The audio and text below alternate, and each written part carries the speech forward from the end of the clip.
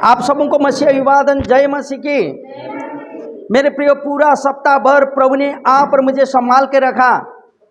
आप लोग और संसार भर में से जहां से भी आप लोग सुन रहे हैं ये परमेश्वर का वचन, आज साप्ताहिक रविवार, आप सबों को मैं मसीह यीशु में अभिवादन और जय मसीह बोलने चाहता हूं। साथ में आप लोगों के बीच में आज हमने शीर्षक दिए हैं हार्वेस्टिंग या कटनी। एक्चुअली हार्वेस्ट या कटनी वह चीज है, प्रभु यीशु ने, आइए मेरे साथ खोलिए मत्ती रचित सुसमाचार 9 अध्याय। जो भी पढ़ेंगे आगे आके पढ़ेंगे, जोर से पढ़ेंगे। मत्ती 9 अध्याय 37 और 38, 37 and 38। Book of Matthew chapter 9 37 and 38। Come here and read. आगे आके पढ़िए, इधर आके पढ़िए। हालेलुया, आमेन। थोड़ा सा जगह छोड़ना चाहिए ताकि प्रभु का आशीष हम लोग सुन सकें यहाँ। हालेलुया, सुने भाई पढ़ रहे। हालेलुया, भाई पढ़ रहे। मत्ती का पुस्तक, आमेन। हालेलुया, पढ़िए 37 और 38। तब उसने अपने चेलों से कहा, पके खेत तो बहुत हैं पर मजदूर थोड़े हैं, इसलिए खेत के स्वामी से विनती करो कि वह अपने खेत काटने के लिए मजदूर भेज दें। आमेन। हालेलुया, बैठ जाएं, प्रभु आशीष करे। आमेन। हालेलुया। यीशु ने चेलों से कहा, पके खेत तो बहुत है पर मजदूर थोड़े हैं, इसलिए खेत के स्वामी से विनती करो कि वह अपने खेत काटने के लिए मजदूर भेज दें। आइए हम लोग प्रार्थना करें। पवित्र परमेश्वर पिता, तेरी नाम की शुक्रगुजार करते हुए तेरे चरण के नीचे आते हैं प्रभु। आज के इस समय जो भी वचन तूने हम लोग के बीच में रखा है प्रभु, इस वचन के द्वारा तू रहस्य खोलने के लिए तू मदद कर। पवित्र आत्मा, बोलने वाला मैं नहीं, मुझ में होते हुए तू बोल, आशीष कर, अनुग्रह कर और महिमा को ले। धन्यवाद। अरे डिस्टर्ब करने वाली आत्मा को ये सुनना दूर हो जाए। संसार भर में से जहां से भी लोग सुन रहे हैं मंडली में का वचन तो आशीष कर, यीशु का नाम में, आमेन। हालेलुया। मेरे प्रिय, मेरा शीर्षक है कटनी। आप जानते हैं कार्तिक और मंगशीर महीना में अभी गांव एरिया में जाएंगे तो धान कटनी का समय है।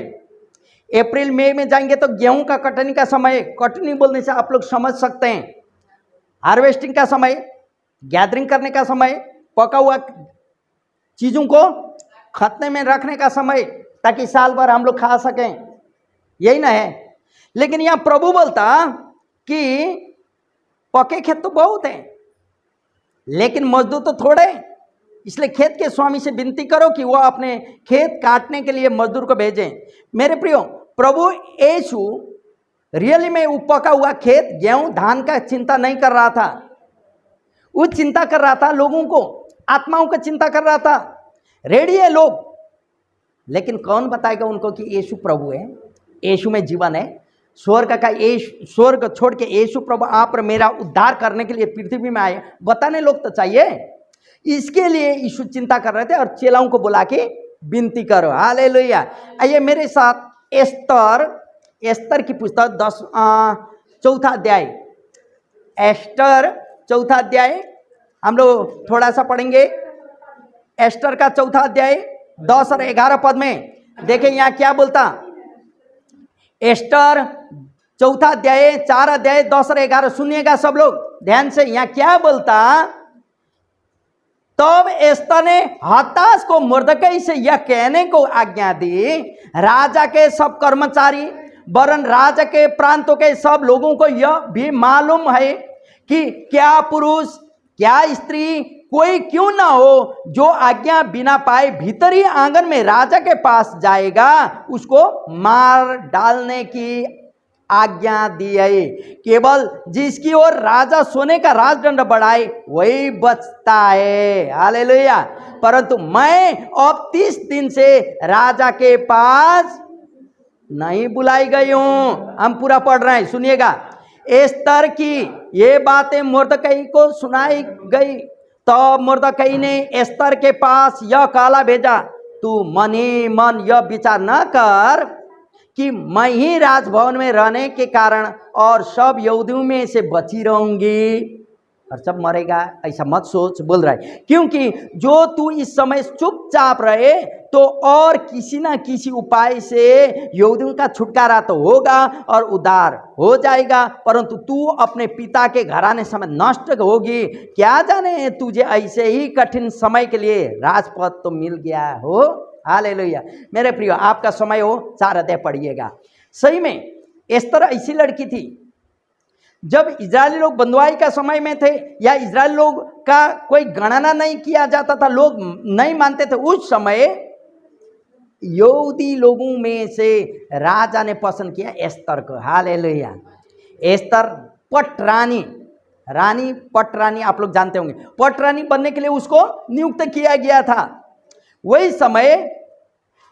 लेकिन यहाँ ऐसा बुलाता है, क्या बोलता है कि कर्मचारी सब प्रांत के लोगों को यह मालूम है, कोई स्त्री हो या पुरुष राजा के पास सीधा दौड़ के जा नहीं सकता। हालेलुया। लेकिन वही व्यक्ति जाएगा, सुनिएगा मेरे प्रिय, ध्यान से सुने, हम फिर पूछेंगे। वही व्यक्ति जाएगा जो ऐसा राजदंड को ऐसा दिखाएगा, जिसको दिखाएगा सोना का डंडा, वही भीतर राजा के पास जाएगा। रानियां बहुत होती थी, पटरानियां बहुत होती थी, जिसको दिखाता था उसको जाना था। तो यहाँ बोलता कि वो तो जो जाएगा उसको तो मारेगा, राजदंड मुझे भी दिखाया नहीं है, 30 दिन से तो हम भी यहीं हैं। पटरानी अपना लोगों को बचाना था। तो यही समय मेरे प्रियो, यहाँ बोलता कि 10 और 11 पढ़ेंगे तो यहाँ एक बात है, राजदंड नहीं दिखाने वाला नहीं जाना था, मर डालना था। लेकिन यहाँ एस्तर ने क्या कर रही है, सुनिए, जिसको प्रभु चलाता है ना उसको कोई भी रोक नहीं सकता है। मेरे प्रियो, हम लोग यहाँ सुन रहे थे गवाही का समय में, पास्टर डिफलिन के द्वारा हम लोग सुन रहे थे, यदि हम प्रभु को महत्व देंगे तो प्रभु मेरे लिए पहला स्थान होगा और तब मैं भी प्रभु से कुछ आशा करूंगा। प्रभु को महत्व नहीं देंगे तब तो बीमार का टाइम में हम लोग काम धंधा कर नहीं सकते हैं। प्रभु से ज़्यादा मेरा बीमार हो जाता, क्योंकि स्वास्थ्य ही ठीक नहीं रहेगा क्या। लेकिन स्वास्थ्य ठीक का टाइम में मंडली का है जाना, क्योंकि मेरा महत्व तो नहीं होता। जो जान लेता है यीशु मेरे लिए उद्धार करता है, मुक्ति दाता है, मेरा महत्व तो यीशु के साथ में, तब तो यहाँ क्या होता कि कोई भी परिस्थिति हो आपको मंडली आने से नहीं रुकेगा। मेरे प्रियो, चाहे आप घर का काम करें, चाहे दुकान चलाएं, चाहे गाड़ी चलाएं, चाहे किसी का शादी विवाह में जाना पड़े, आपको कोई चीज़ों से रुका नहीं जाता। इसलिए तो हम कह रहे हैं ना, यदि प्रभु जिसको बुलाता है या जिसको चलाता है, रोकने वाला कोई नहीं होता है। कोई भी मार्ग प्रभु तैयार करेगा। हालेलुया। देखिए तो मूसा का जीवन को हम देखते हैं। मूसा, सब बच्चा लोग मर गए थे, फारो ने मार दिया था, लेकिन मूसा को वही समय पैदा होता, 3 महीना तक उसकी माँ छिपा के रखती। जब बच्चा 3 महीना के बाद में बड़ा होता, दिखाई देता। अभी छिपाने असंभव है बोलने के बाद एक शकरकंड का बक्सा बना के वहां डाल के नदी में लग के छोड़ देती। दीदी देखती कहाँ जाएगा, मालूम चला फारो की बहन ने फारो का दरबार में लेके जाके वहीं अपनी माँ का दूध पीते हुए वो धाई जाके पिलाती ना, वो बड़ा बना। जब इसको मालूम चला, माँ के साथ बैठा तो मालूम चला यहूदी है, हिब्रू है, तो वो अपना उद्धार करने के लिए अपना लोगों के लिए आगे बढ़ा था। लेकिन मेरे प्रियो, जल्दीबाजी में नहीं हो पाया। वो अपने आप में घमंड से फुला था होगा, अपने मैं तो सब कुछ कर सकता हूँ, लेकिन उसको भी 40 साल तक भागना पड़ा, 40 साल तक प्रवासी रहना पड़ा, ससुराल में रहना पड़ा, हर एक चीज़ किया। लेकिन प्रभु ने फिर दर्शन देके वापस आया। लास्ट में उसका जो बड़न, उसका जो बुलावट, उसका जो परमेश्वर ने उसको जैसे चलाना चाहता था वैसे इजरायली लोगों को लेके जाने के लिए अगुवाई किया। हालेलुया। मेरे प्रिय, आपको भी मैं उत्साहित करना चाहता हूँ, यदि आप नहीं समझ पा रहे हैं परमेश्वर आपको क्यों बुलाया, तब तो आप याद करें, प्रार्थना करें, प्रभु आपको दिखाएगा। जो उद्देश्य के लिए प्रभु ने आपको बुलाया है ना, वो उद्देश्य पूरा करेगा। शांति, अनुग्रह, हर एक चीज़ों से आप और मुझे माला माल करेगा। हालेलुया। मेरा एक भाई था पूर्णिया में, हम लोग 22 साल के बाद मिले थे, और वो भाई बता रहे, डेविड भाई, प्रभु में जो इच्छा लेके हम लोग आते हैं ना, वो इच्छा पूरा करता, लेकिन समय लग सकता है। वो बोला मेरे पास कुछ नहीं था, मालूम है, वो भाई घर घर में जाके जब मांड पसारते थे, मांड ऐसा कटोरी में लेके पीता था मांड को, और स्कूल जाता था, नमक डाल के, मांड नमक भी ढेका वाला नमक डाल के, और स्कूल जाता था। आज वो भाई बोलता 15 कट्ठा जमीन है, स्कूल है, 20 बच्चा हॉस्टल में रहते हैं, वाह, आंगनवाड़ी का टीचर है उसका पत्नी। देखिए परमेश्वर का अनुग्रह, जो यही भाई बोल रहा है। एक दिन ऐसा परिस्थिति में आया, हम लोग सिखाए, हम लोग के साथ बैठा, 1999 में हम लोग पढ़ाएं, लेकिन आज वही भाई बोलता प्रभु सही में अनुग्रह किया है। हाँ, तो उन लोगों को देखते हैं हम लोग खुश होते हैं। तो क्यों मैं बोल रहा हूँ, जिसको प्रभु बुलाता या चलाता उसको रोकने वाला कोई नहीं। मेरे प्रियो, क्या प्रभु का बुलावट होते समय आप बहाना कर रहे हैं? बहाना का बात निकला था। बहाना क्या है? मेरे पास समय नहीं है, सबसे बड़ा समय नहीं है। लेकिन समय, जब बीमार होते समय, समय तो कहाँ से आता? घर में बैठ जाएंगे, उस समय दुकान भी नहीं होता, कुछ भी नहीं होता, भूख भी नहीं लगता, चिंता भी नहीं आता है ना, बेड में। समय कब होता? जो दिन हम लोग बक्सा में रहेंगे या चिता में पड़ेंगे, उस समय तो समय समय होगा उधर। इसलिए प्रभु ने पहले बोला 6 दिन तुम लोग काम करो, 7वां दिन विश्राम ले लेना। यदि मैं ऐसा करूंगा तो प्रभु का आज्ञा को पालन करूंगा। मालूम है, प्रभु में आप लोग जितनों भी जहां से भी सुन रहे हैं, याद कीजिएगा, प्रभु में यदि अभी हम समय निकाल नहीं पाएंगे तो उस दिन को याद करें, जो दिन प्रभु मुझे काम चाहिए, प्रभु मुझे नौकरी चाहिए, प्रभु मेरा व्यापार बिजनेस अच्छा हो बोल के हम लोग घुटना टेक के प्रार्थना कर रहे थे, उस दिन को याद करें। उस दिन तो हम लोग के पास बहुत समय था, लेकिन अभी काम आने के बाद समय ही नहीं होता। इसलिए मेरे प्रिय, बहाना नहीं। चुनौतियां बहुत होगी, भाई बता रहे थे, पैसा नहीं, कौड़ी नहीं, आर्थिक संकट से जाना है, परिस्थिति ऐसा होता। जब आप परमेश्वर का बुलावट का आप जानेंगे, चुनौतियां आपके जीवन में घेर के आएगी। चुनौतियां बहुत आएगी। आपके पास कुछ नहीं है, आपका साथ देने वाला लोग नहीं होंगे, आपके पास पैसा नहीं होगा, आपके पास कुछ भी नहीं, सब लोग छिछी दूर दूर में रहेंगे सबका। लेकिन मेरे प्रियो, उस चुनौती से हारना नहीं, चुनौती को लेके आगे की ओर बढ़ना होगा। मेरे प्रियो, होगा एक दिन कलीसिया में आने से आपका 500 रुपया लॉस होता होगा, मालूम है? प्रभु में यदि हैं, प्रभु का बेटी या बेटा हैं, तब तो प्रभु वो आपको लौटाएगा। प्रभु किसी का बाकी लेके नहीं रहेगा। हालेलुया।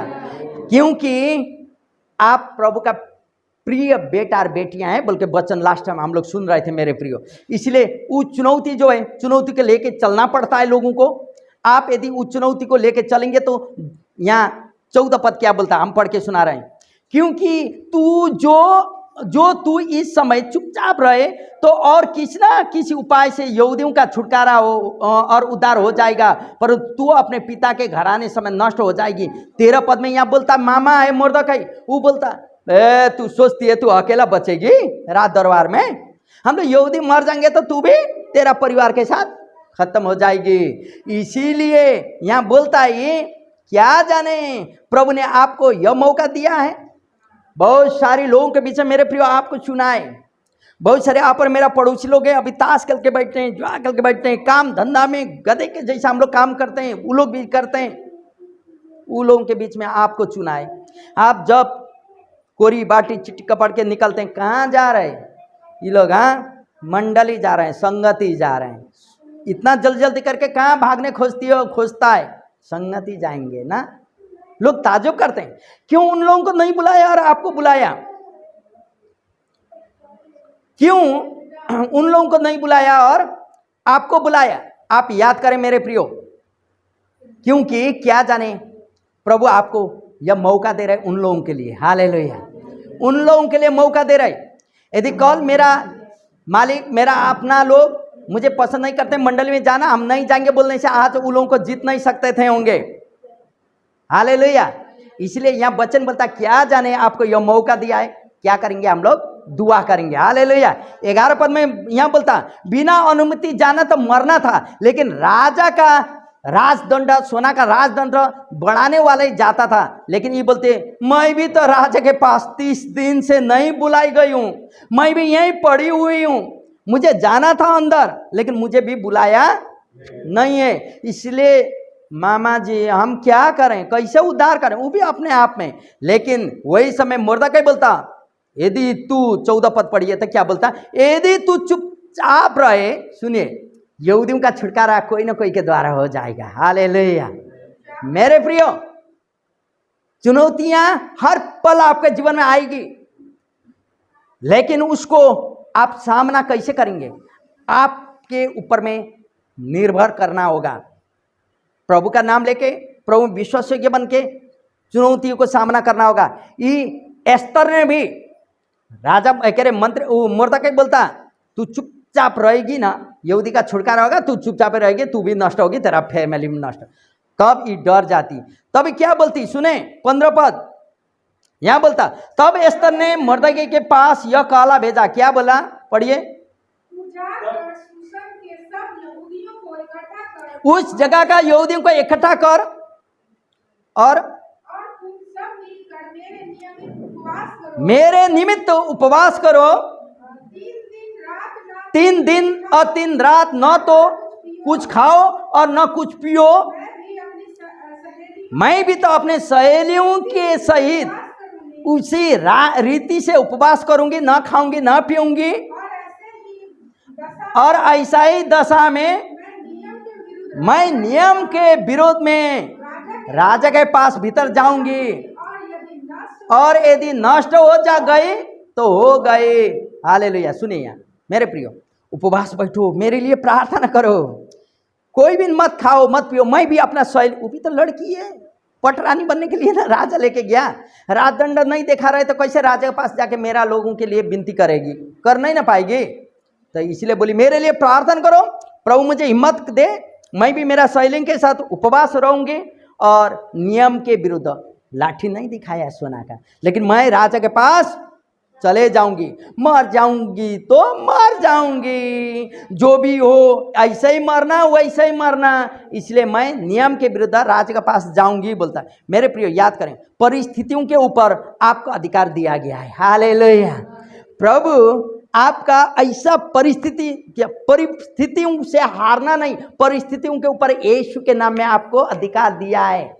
आप यीशु के नाम में कुछ भी कर सकते हैं। हालेलुया। परिस्थिति डामाडोल है, भाई गवाही बता रहा था आर्थिक स्थिति के बारे में, भाई गवाही बता रहा था हर एक परिस्थिति में डामाडोल है, इधर जाने से मांगता होगा उधर जाने से मांगता होगा कुछ, लेकिन क्या करना, उससे सबसे बड़ा प्रभु हमारे पास है। एक दिन तो अच्छा होगा, आशा हम लोगों का क्या है, एक दिन तो होगा। आमीन। इसलिए वो परिस्थितियों के ऊपर में आपको अधिकार दिया गया। मेरे प्रिय, आप संसार में से जहां से भी सुन रहे हैं, आपका परिस्थिति खराब हो सकता है, आप चुनौती का सामना कर नहीं सक रहे हैं, लेकिन आज मैं आपको बोलना चाहता हूं, आपका परिस्थितियों के ऊपर में प्रभु आपको अधिकार दिया है। मेरे प्रियो, आप उस चुनौती से हारना नहीं, चुनौती के ऊपर में आप विजय होकर आगे बढ़ना होगा, चुनौती को लेकर आगे बढ़ना होगा। मेरे प्रियो, तब तो प्रभु आपका जीवन आशीष करेगा, क्योंकि एस्तर को मालूम था नियम के विरुद्ध मैं जाऊंगी, मैं मर जाऊंगी, लेकिन मैं मरे तो मरूं, कोई मतलब नहीं, मैं जाऊंगी। तब यहां फिर बोलते, तब मुर्दकै चला गया और एस्तर की आज्ञा के अनुसार सब उचित समझे और उपवास में बैठना। मेरे प्रियो, जब परिस्थिति खराब होता, क्या आप प्रभु के साथ रो रो के प्रार्थना कर रहे हैं? हॉस्पिटल में बोलता ओ पॉजिटिव ब्लड चाहिए, बी पॉजिटिव चाहिए, कुछ भी चाहिए बोलता, लोग डोनेट के लिए बोलते हैं, खरीदने भी नहीं मिलता, ब्लड नहीं होके कई लोग मरते हैं, लेकिन प्रभु बोलता आप मेरा ब्लड नहीं चाहिए। प्रभु को चाहिए क्या चाहिए? आंसुओं को टोकरी में लेके रहता। क्या आपका परिस्थितियों के ऊपर विजय होने के लिए आप उपवास में रह रहे हैं? पति पत्नी बाल बच्चा सहित उपवास करके उससे विजय हो पा रहे हैं? विजय होना है जो प्रभु जानते हैं, आप उपवास बैठे, रोइए प्रभु के साथ, आपको साथ देने वाला कोई नहीं है, रोइए प्रभु के साथ, भूख हड़ताल नहीं, लेकिन प्रभु में सच्चा हृदय से उपवास रहते समय आप बाइबल पढ़ना होगा, प्रार्थना करना होगा, समय को गुजारना होगा प्रभु के साथ, तब तो प्रभु आपको परिस्थिति जो है उसके ऊपर में अधिकार दे देता। हालेलुया। तो आप विजय होंगे। मेरे प्रियो, आज मैं आपको फसल कटनी के बारे में, हार्वेस्टिंग के बारे में कर रहा हूं। क्यों? क्योंकि एस्तर का बात को मैंने ले आए। एस्तर का वही परिस्थिति था, यहूदी लोग डर के बैठना था, लेकिन मुर्दकै बोलता इस समय तू चुपचाप रहेगी तो बर्बाद तो दूसरा के द्वारा उद्धार हो सकता है। मेरे प्रियो, और भी आप और हम ऐसे चुपचाप रहें, लोगों को उद्धार के बारे में नहीं बताएं, मेरे जीवन का आशीष को नहीं बताएं तो कुछ भी नहीं। आपका दिया हुआ ट्रैक्स कोई पढ़ेंगे नहीं, लेकिन आपका जीवन उठना बैठना खाना चलना फिरना यही लोगों को भाता है, यही के द्वारा लोग उद्धार को पाते हैं। हालेलुया। आमेन। कल हम लोग का एक ग्रुप में एक बहन बता रही थी, पास्टर दा मेरी बेटी को बोन टीबी से प्रभु ने चंगा किया, लीवर का डैमेज होने से प्रभु ने चंगा किया। उसको देखते हुए 2 साल आगे एक्सीडेंट हुआ था, पड़ोसी भाई उसका पैर नहीं चलता, पूरा खत्म हुआ। वो लोग का आशा से मेरे पास आया, वो लोग प्रभु में नहीं है, तो हम प्रार्थना कर दिए। बोलिए, तो प्रार्थना आप भी कर दीजिए। सही में प्रभु का अद्भुत कार्य है। आपका जीवन का चंगाई को देखते हुए लोग आएंगे, आपका जीवन का छुटकारा को देखते हुए लोग प्रभु के पास आएंगे। मेरे प्रियो, यही हो रहा है, यही है लोगों का कटनी करना। आप एक मजदूर के रूप में खड़े रह रहे हैं क्योंकि किसी ने आपके लिए प्रार्थना किया था। हालेलुया। आइए लूका रचित सुसमाचार 10वां अध्याय हम थोड़ा सा आपको बताने चाहता हूं, कटनी क्या है। लूका रचित सुसमाचार 10वां अध्याय। प्रभु ने तो बोला था पका हुआ खेत बहुत है लेकिन मजदूर थोड़े। मजदूर समझ लिए होंगे, आत्माओं को काटने के लिए आप और मैं तैयार हैं। आत्मा को काटना नहीं, आत्मा को बटोर के परमेश्वर का भंडार में ले आना। हालेलुया। लूका रचित सुसमाचार 10वां अध्याय 2 पद, 10वां अध्याय 2 पद। उसने उनसे कहा पके खेत तो बहुत हैं परंतु मजदूर थोड़े हैं, इसलिए खेत के स्वामी से विनती करो वो अपना खेत काटने को और मजदूर भेजे, क्योंकि कम है मजदूर, है मजदूर लेकिन हैं तो कम है। मेरे प्रियो, बहुत सारी लोग रेडियो के बैठे हैं, हम आपको बता दिए ना, बहुत सारे लोग रेडी हैं लेकिन उनको कौन बताएगा यीशु प्रभु है। लोग रो रहे हैं, चिल्ला रहे हैं, अशांति में हैं, कौन बताएगा कि यीशु में आने से आपको शांति होगा। आपको आने से नहीं, यीशु आपको शांति करेगा। आए ना आए उन का मतलब, लेकिन बताने मेरा कर्तव्य है, प्रार्थना करना मेरा कर्तव्य है, चंगा करना नहीं करना ईश्वर जानता है। हालेलुया। इसीलिए आप और मुझे मजदूर के रूप में किसी ने प्रार्थना किया और हम लोग प्रभु को जान रहे हैं। हालेलुया। अभी हम लोग को रेडी होना होगा मेरे प्रियो। प्रभु यीशु को पका हुआ खेत, धान और गेहूं का चिंता नहीं, प्रभु चिंता कर रहा था आप और मेरे लिए, हम लोग आत्माओं के लिए। क्योंकि प्रभु ने बहुत बार उदाहरण दिया कि ये तो लीडर का अलावा भेड़ का नहीं, ये लोग खत्म हो रहे, लीडर नहीं ये लोगों का, ऐसा परिस्थिति में हो रहा है बोला था। मेरे प्रियो, आज आपको मैं चुनौती देने चाहता हूँ। प्रभु आपको गवाह बनने के लिए बुलाया, प्रभु आपको आत्मा को कलेक्ट करने के लिए बुलाया। हालेलुया। मैं आपको यही बोलते हुए उत्साहित करने चाहता हूँ, प्रभु आपका जीवन में अनुग्रह करे और आप यह जाने कि आपको कटनी के लिए, मजदूर बनने के लिए प्रभु ने बुलाया। हालेलुया। मजदूर बनने के लिए प्रभु ने आपको बुलाया। यदि आप तैयारी हैं तब तो आइए मेरे साथ प्रार्थना करें।